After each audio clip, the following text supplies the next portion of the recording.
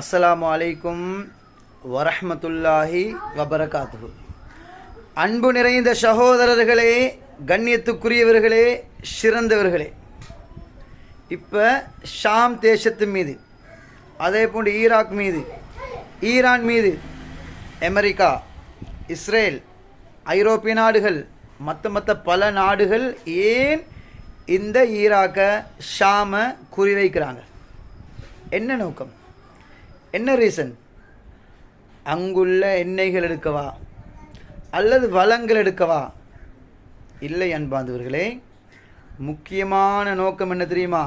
நபி ஸல்லல்லாஹு அலைஹி வஸல்லம் அவர்கள் சொன்னாங்க, கியாமத்து கிட்டவாகும் பொழுது யுப்ரட்டிஸ் நதிவத்தி, ஃபுராத் நதிவத்தி, தங்க மலை வெளியாகும் வரையில் கியாமத்து உண்டாகாது.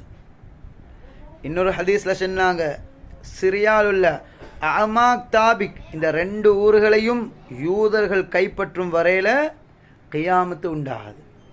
இப்போ அன்பாந்தவர்களே, இந்த ஃபுராத் நதி, யுப்ரட்டிஸ் நதி சிரியா, ஈராக், ஈரானை ஒட்டி ஓடக்கூடிய நதி தான் இந்த ஃபுராத் நதி, யுப்ரட்டிஸ் நதி. இப்போ அது வத்தி கொண்டு போகுது. ஹதீஸ்களின் கருத்துப்படி பார்த்தா 2030, 29-30 தங்கம் வெளியாக தொடங்கும். நபி ஸல்லல்லாஹு அலைஹி வஸல்லம் அவங்க சொன்னாங்க, அந்த தங்கத்தை நீங்கள் யாரும் எடுக்க போக வேணாம். ஏன் அப்படி சொன்னாங்க? நீங்கள் போனீங்களா ஒவ்வொருத்தரும் சண்டையிட்டு கொண்டு அடித்து கொண்டு 100 பேரில் 99 பேர் இறந்து விடுவீங்க, செத்து விடுவீங்க. இதனால் நபி ஸல்லல்லாஹு அலைஹி வஸல்லம் சொன்னாங்க, நீங்கள் எடுக்க போக வேணாம். இதனால தான் அமெரிக்கா, இஸ்ரேல், அதே போன்று பல நாடுகள், ஐரோப்பிய ஒன்றியம் எல்லாமே இந்த சிரியாவை, ஈராக்கை, ஈரானை குறி வைக்கிறாங்க. இந்த தங்கத்தை எடுக்கத்தான். சும்மா தங்கம் இல்லை, மலை வெளியாகும், தங்க மலை, மவுண்டன் வெளியாகும். இதுதான் ஆக மெயின் நோக்கம்.